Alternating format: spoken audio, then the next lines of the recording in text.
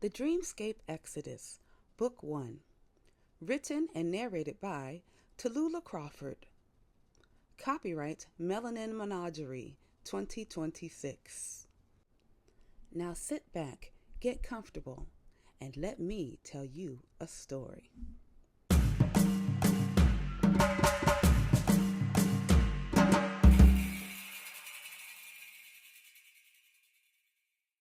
Chapter 5. The Ripples. June 2025, 7 months post-election. Part 1. The Accountant. Maria Gonzalez sat in her office at the Treasury Department, staring at spreadsheets that made less sense every time she looked at them. She'd worked in federal tax analysis for 12 years. She was good at her job. Excellent, even. She could spot patterns in economic data that others missed.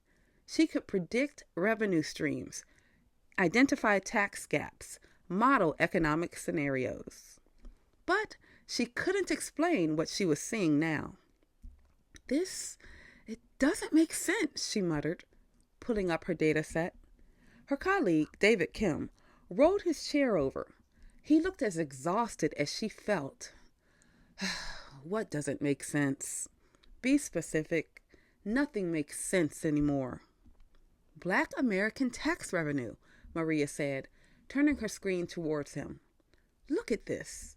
Individual income tax revenue from Black Americans is down 23% year over year. But unemployment claims from Black Americans are only up 4%. So, where's the money going? David leaned in, studying the numbers. Underground economy? That's what I thought at first. But look at this. She pulled up another sheet. Black business creation is up 47%. Black-owned businesses are showing increased revenue. Black Americans are opening more bank accounts at Black-owned credit unions. They're not hiding money. They're redirecting it into systems we don't have full visibility on. Cooperatives, David said quietly. Barter systems, community pooling, mutual aid networks, income sources that don't generate traditional tax documentation. Exactly. And it's not illegal. You can't tax a barter, can't tax community childcare sharing, can't tax housing cooperatives the same way you tax individual home ownership. They're operating in the spaces between our traditional economic metrics. Maria pulled up a presentation she'd been building for weeks. But that's not the scary part. Look at this. She showed him projections, worst-case scenarios she'd modeled based on current trends. If current patterns continue, we're looking at a $94 billion annual tax revenue loss from Black American economic withdrawal. That's year 1. But watch what happens in years 2 through 5. The graph showed a cascading effect. As Black Americans left or withdrew, services declined, which caused others to leave or withdraw, which caused more service declines, which caused more exodus, compounding exponentially. By year 5, we could be looking at $380 billion in annual revenue loss. That's not even counting the secondary and tertiary effects. The businesses that closed because they relied on Black consumers, the property values that crash in mixed neighborhoods, the municipal bonds that default because cities can't maintain services. David was quiet for a long moment. This is a death spiral. This is a death spiral, Maria agreed. Have you shown this to anyone? Secretary Morrison, he buried it. Said it was too alarmist and would create panic. Of course he did. David leaned back, rubbing his eyes. You know what's really fucked up? I'm Asian American. I've been watching what Black folks are doing, and I'm thinking, why aren't we doing that? Maria looked at him in surprise. David continued, his voice dropping. My parents came here from Korea in the 80s, worked their asses off. I went to good schools, got a good job, did everything right. But you know what? I'm still the perpetual foreigner. Still get asked where I'm really from. Still get blamed when Asian countries do things America doesn't like. Still got hate crimes during COVID. He gestured at the spreadsheets. And watching Black Americans just opt out, build their own systems, choose themselves, I'm jealous. We've been trying so hard to be model minorities, and for what? So they can pit us against Black people? Use us as a weapon against other minorities? Maria felt something stir in her chest. She'd been having similar thoughts. My family came from Mexico, she said quietly. Been here 3 generations. I was born here. I'm as American as anyone. But after this election, after the things they're saying about Latinos, after watching them try to denaturalize citizens and separate families, she gestured at her computer. I'm sitting here tracking the economic collapse that Black Americans are causing by choosing themselves. And part of me is thinking, good, let it collapse. Why are we holding up a system that hates us? Are you having the dreams? David asked suddenly.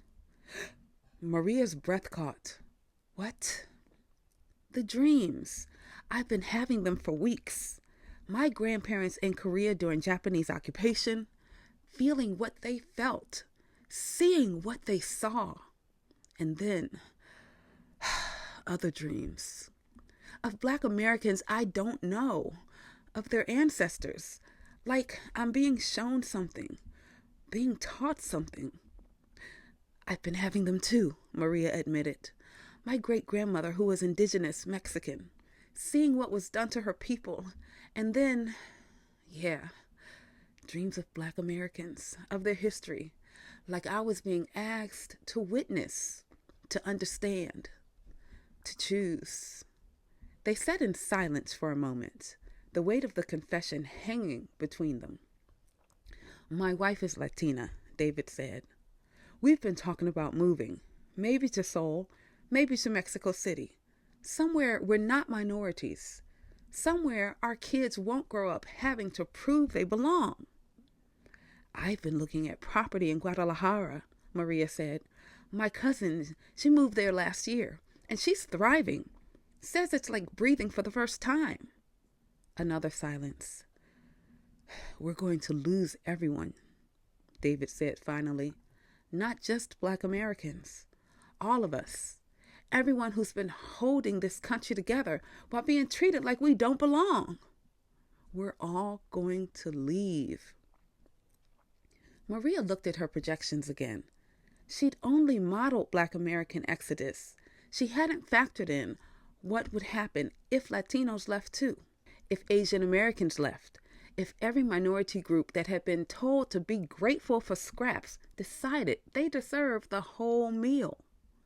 She opened a new spreadsheet and started calculating. The numbers made her hands shake. Part 2. The Surgeon.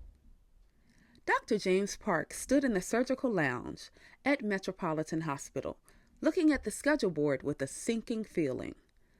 23 surgeries scheduled for next week. Only 11 surgeons available to perform them. 8 operating rooms that should be staffed. Only 5 with adequate nursing staff. The hospital was dying. Not dramatically, not all at once, but slowly. Bleeding out from 1,000 small cuts.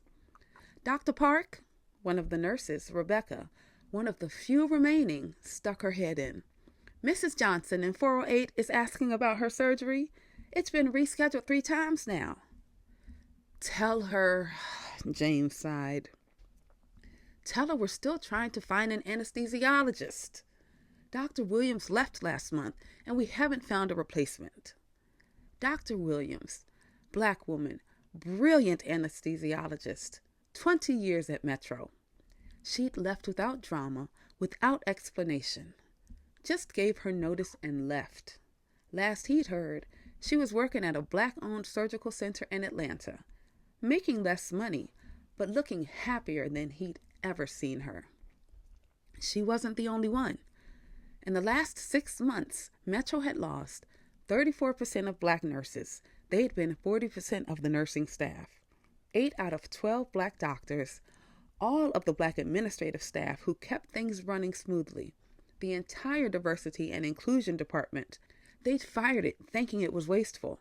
Now they couldn't recruit anyone. The impact was immediate and devastating. Wait times for surgeries had tripled. ER wait times had doubled. Patient satisfaction scores had plummeted. Several wings had been closed due to inadequate staffing. And it wasn't just staffing. The culture had changed. Without the black employees who'd been the backbone of patient care, who'd advocated for patients, who'd caught mistakes, who'd mentored younger staff, who'd known how to navigate the bureaucracy, everything moved slower, worked worse, felt colder. James had been here 15 years. He'd never seen it this bad. His phone buzzed, a text from his wife, Yuki. Yuki, dinner with my parents tonight. They want to talk to us about something important. James knew what it was about. They were going to suggest moving back to Japan. Yuki's father had been offered a position at a hospital in Tokyo. They wanted the family to come with them. A year ago, James would have immediately said no. He'd built his career here. This was home. But now, he was tired. Tired of being the only Asian surgeon and having people assume he was the nurse.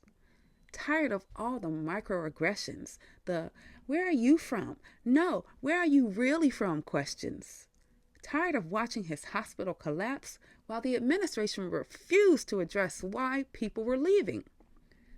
Tired of the dreams. He'd been having them for 3 months. Dreams of his grandfather in a Japanese internment camp during World War II.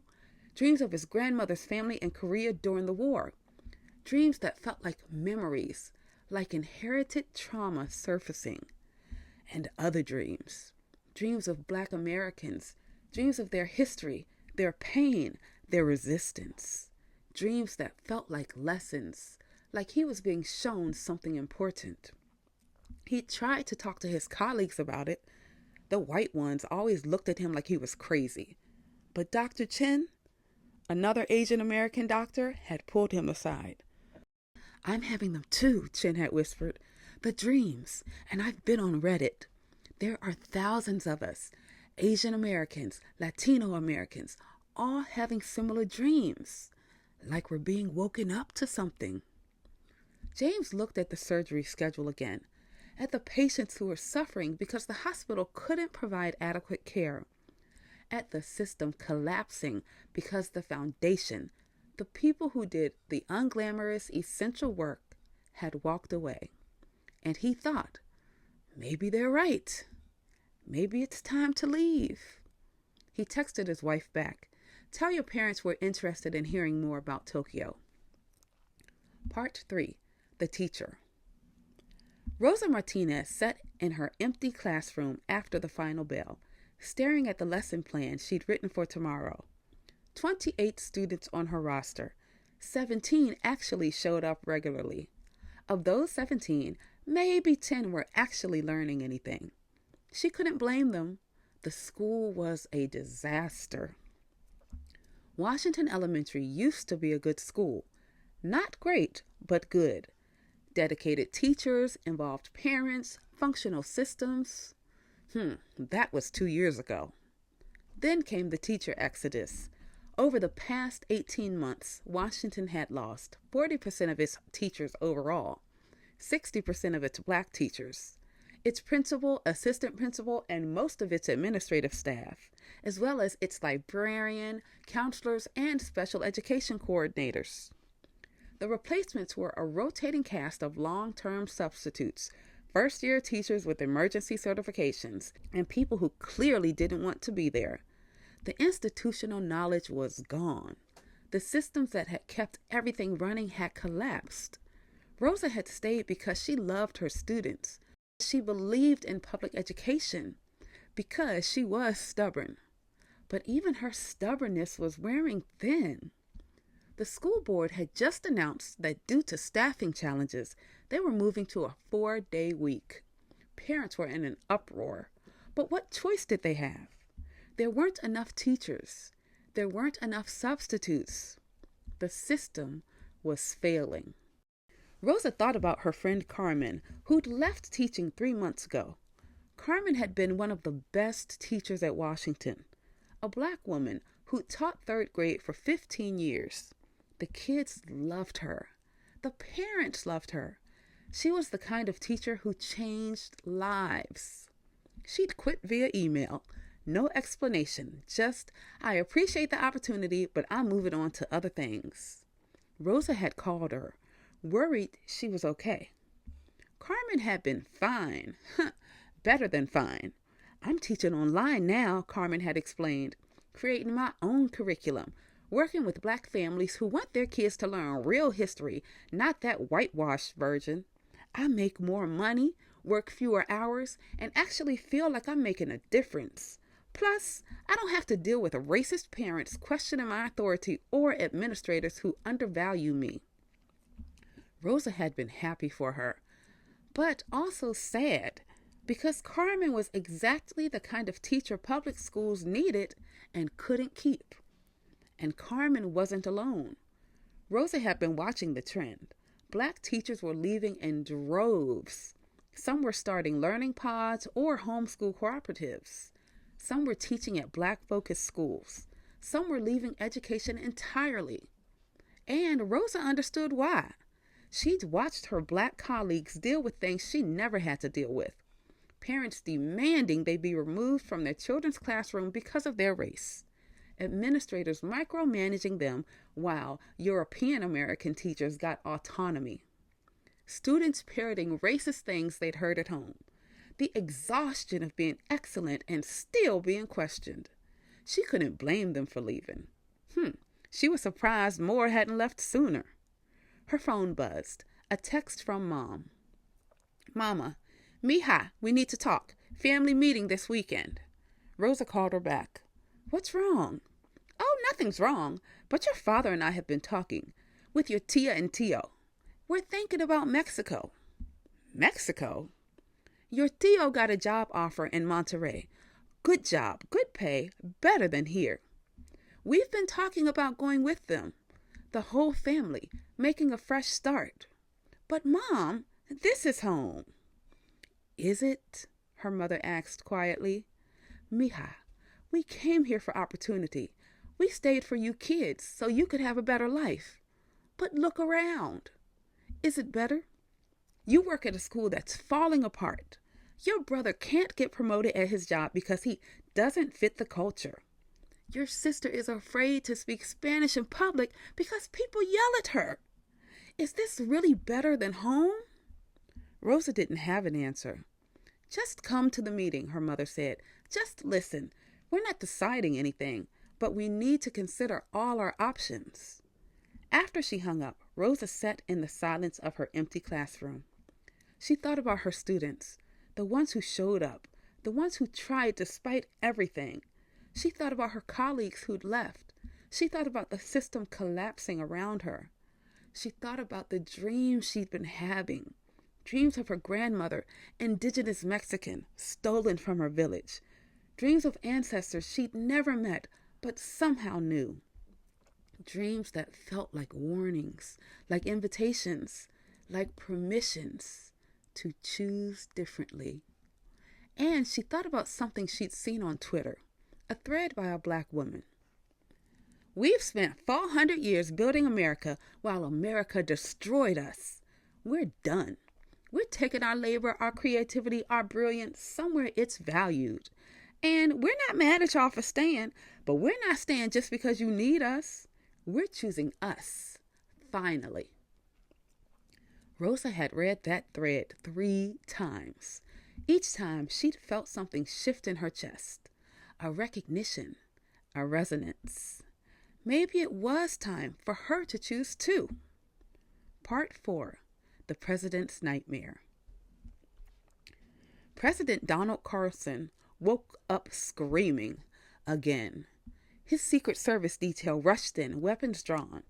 They found him sitting up in bed, drenched in sweat, trembling. "Sir, are you all right?"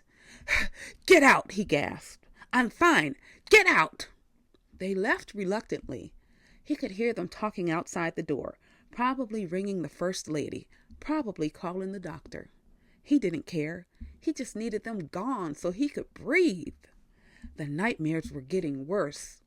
Every night now, sometimes multiple times a night. Tonight, he dreamed he was a slave. Actually experienced it. The chains, the whips, the dehumanization, the terror. He felt everything. Lived it. Been forced to understand it in a way that talking or reading never could. And at the end of the dream, a voice. A woman's voice, ancient and powerful. "You were shown mercy you never gave. You were given chances they never received. You squandered it all. Now comes the reckoning." He'd woken up then, screaming. This wasn't normal. Dreams weren't supposed to be this vivid, this real, this educational. Because that's what they felt like. Like he was being taught, being forced to learn what he'd refused to understand while awake. He'd mentioned it to his doctor, who'd prescribed sleeping pills. They didn't work very well. If anything, they made the dreams more intense. He'd mentioned it to his chief of staff, who looked at him with an expression that suggested he thought the president was losing his mind. Hell, maybe he was. He got out of bed, went to his private office, and turned on all the lights. He'd started keeping lights on whenever possible. The darkness felt dangerous now, felt full of watching eyes and judging entities. He opened his laptop and, on impulse, searched nightmares about slavery and racism. Thousands of results, hundreds of forum posts, Reddit threads, Twitter discussions, all of white Americans reporting the same thing. Vivid nightmares about racial violence, dreams from victims' perspectives, feelings of being haunted, judged, haunted by forces they couldn't name. Some people were taking it seriously, examining their beliefs, changing their behaviors. Others were insisting it was mass hysteria, coordinated psychological warfare, maybe even drugging of the water supply. Carlson wanted to believe it was something explainable, but he couldn't shake the feeling that something fundamental had changed in the universe, that some cosmic scale had tipped, that judgment was coming. He thought about his presidency. 4 months in, and it was already a disaster. The federal government was barely functional. Cities were collapsing. The economy was showing warning signs. His own party was fracturing, different factions fighting each other publicly. And the Black Americans who could fix so much of it, they were gone, or going, or staying but completely withdrawn, doing the bare minimum, refusing to go above and beyond. He tried everything, offered bonuses, made speeches, reached out personally to prominent Black leaders who'd all politely declined to engage. They didn't want to help. I mean, why would they? He'd run a campaign that barely acknowledged their existence except as problems to solve. He'd fired them en masse to prove government efficiency. He'd surrounded himself with people who saw them as inferior. And now they were leaving, taking their talents elsewhere, building their own systems, thriving without him. And he was having nightmares that felt like cosmic punishment. His phone buzzed. 3:33 a.m. Why did he always wake up at 3:33? A text from Robert, his senior advisor. "Mr. President, we need to discuss the economic projections. It's urgent." He ignored it. He didn't want to see more bad news. Didn't want more reports about revenue shortfalls and service failures and exodus numbers. He just wanted to sleep without dreaming. He pulled up Twitter, his comfort zone, and started typing. Maybe if he projected strength, projected confidence, he'd feel it. Maybe if he attacked hard enough, the nightmares would stop. At POTUS Carlson, despite fake news reports, America is stronger than ever. Economic indicators show tremendous growth. Some people choosing to leave are making room for real patriots. At POTUS Carlson, to those spreading conspiracy theories about dreams and hauntings, this is mass hysteria encouraged by our enemies. Don't fall for it. Stay strong. At POTUS Carlson, my administration welcomes all Americans who want to contribute.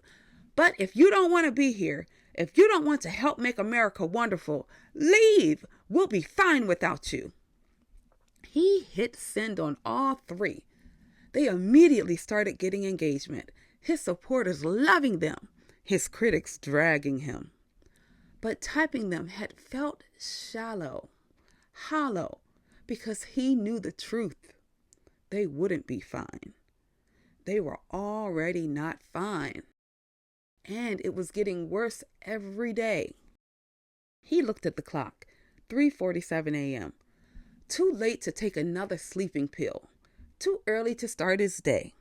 He was stuck in this liminal space, exhausted but afraid to sleep. He turned on the TV, Fox News, showing highlights from a rally his supporters had held. They looked enthusiastic, energized, committed. But he noticed something. The crowd was overwhelmingly white, more so than usual.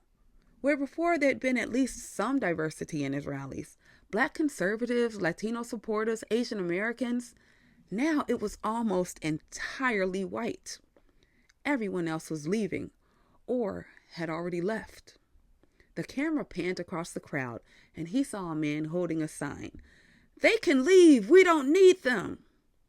But his own administration's report said the opposite, said they desperately needed them, said the federal government, the cities, the economy, all of it needed the people who were leaving. Carlson turned off the TV and sat in the silence of his office, all the lights on, afraid to close his eyes. Outside, beyond his windows, beyond his understanding, the cosmic scales continued to tip, and the reckoning continued. European Americans are starting to have nightmares about their ancestors' crimes. They're being haunted by the truth they refuse to acknowledge while awake. Is this justice? Is this too much? Is this exactly what's needed? I want to hear what you think. If this episode shook you, hit that like button. Subscribe if you're invested in this story. And don't forget to comment. In the next chapter, number 6, called The Breaking Point, Mother Nature shows up and shows out. You won't want to miss it.